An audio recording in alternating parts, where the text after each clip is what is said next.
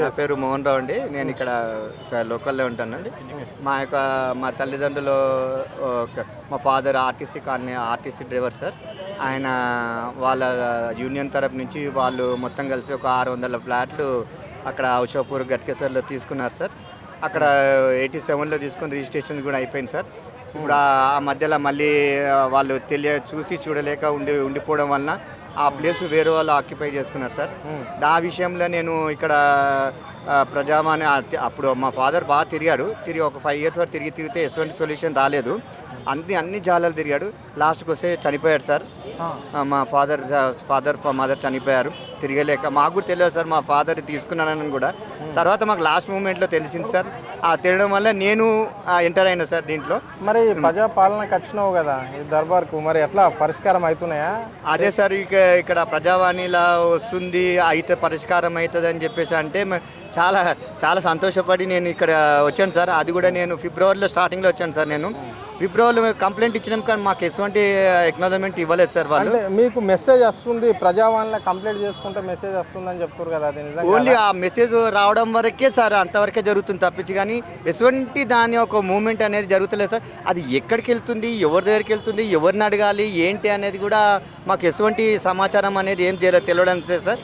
మళ్ళీ పోనీ అని మేమన్నా ఓన్గానన్నా వెళ్ళి మేము ఆడ విచారించుకుంటే ఇట్లా ప్రజావాణిలో పెట్టినామని అంటే ఇచ్చేసి వెళ్ళిపోవని అంటారు తప్పించి కానీ దాన్ని పిలిపించి మాట్లాడాలి చేయాలి అని చెప్పేసి ఎవ్వరు ఎక్కడ మాట్లాడితే ఏమన్నా అంటే కోర్టుకి వెళ్ళిపోంటే కోర్టుకి మేము పోలేకనే కదా సార్ మేము ప్రజావాణికి వచ్చినాం. మేము పెట్టింది ఎందుకు పెట్టింది దేనికి సార్?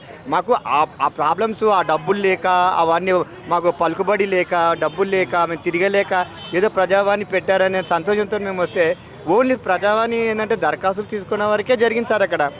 అంత తప్పించి కానీ ఇంకా అక్కడ ఏంటంటే మూమెంట్ అనేది జరుగుతలేదు సార్. నా తరపు నుంచి కూడా నేను కనీసం నేను ఒక 5-6 మంది చాలా మంది నేను మా ఫ్రెండ్ సర్కిల్ అని తీసుకొచ్చాను సార్. వాళ్ళు కూడా సివిల్ ఇష్యూ సార్. వాళ్ళకు కూడా ఎటువంటి న్యాయం జరగలేదు సార్ ఇంతవరకు. ప్రభుత్వం ప్రజావాణిలో ఇచ్చిన దరఖాస్తులకు ప్రతి దానికి మార్గం చూపెడతాము, ప్రతిదీ పరిష్కారం అవుతుంది అని చెప్పేసి గంట పదంగా చెప్పారు కదా సార్. ఇంతవరకు మీరు రేవంత్ రెడ్డి సార్, నేను నమస్కరించి మీకు చెప్తాను సార్, ఏదో మీరు తప్పుగా అని చెప్పేసి అనుకోకండి సార్. ప్లీజ్ దయచేసి మా యొక్క అభ్యర్థన మీరు అర్థం చేసుకోండి సార్, మా బాధను అర్థం చేసుకోండి సార్. ఇప్పుడు మేము అట్లీస్ట్ లేలైనా 30 సంవత్సరాలు సార్ మేము తిరగబట్టి.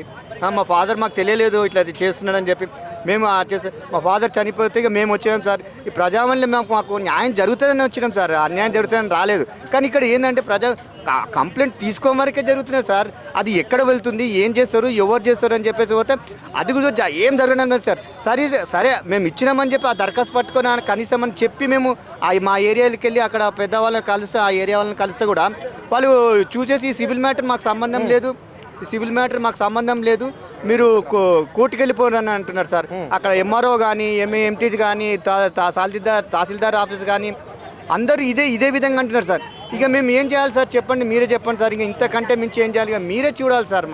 మాకు దయచేసి రేవంత్ రెడ్డి సార్ మీరు మా యొక్క అభ్యర్థన ఒకటే సార్, చూడండి సార్. లాస్ట్ స్టేజ్లోనే మేము మా తల్లిదండ్రులు ఇలా చూసుకోలేక చనిపోయారు, వాళ్ళ కష్టార్జితం చూడలేక చనిపోయారు. కనీసం మనం మా తల్లిదండ్రుల కష్టార్జితాన్ని మేమన్నా చూస్తామేమో అనే సంతోషం మాకున్నది మీ తరం నుంచి. కానీ మీరు అదొకటి ఆశ అనేది నెరవేర్చండి sir please. Revanth Reddy sir కొద్దిగా మీరు చూడండి సార్, ఎక్కడే మూమెంట్ లేదు సార్, ఆ ఫైల్ మూమెంట్ ఏం లేదు సార్. అక్కడ కోర్టుకే వెళ్ళి మళ్ళీ సేమ్ పొజిషన్ సార్, కోర్టుకే అంతే కదా, వేరే సమస్య లేదు. వాళ్ళని పిలిచి కూడా మాట్లాడతలేరు సార్, ఏం చేస్తలేరు సార్ వాళ్ళు. నేను అందుకోసమనే మరలా నేను ఫిబ్రవరిలో ఇచ్చి మళ్ళీ నేను ఇప్పుడు వచ్చినా సార్ ఇక్కడికి ప్రజావానికి కనుక్కుందామని, ఇట్లా పరిస్థితి అవుతుందని చెప్పేసి వచ్చినాం సార్. దయచేసి మా అభ్యర్థన చూడండి సార్ అని చెప్తాను.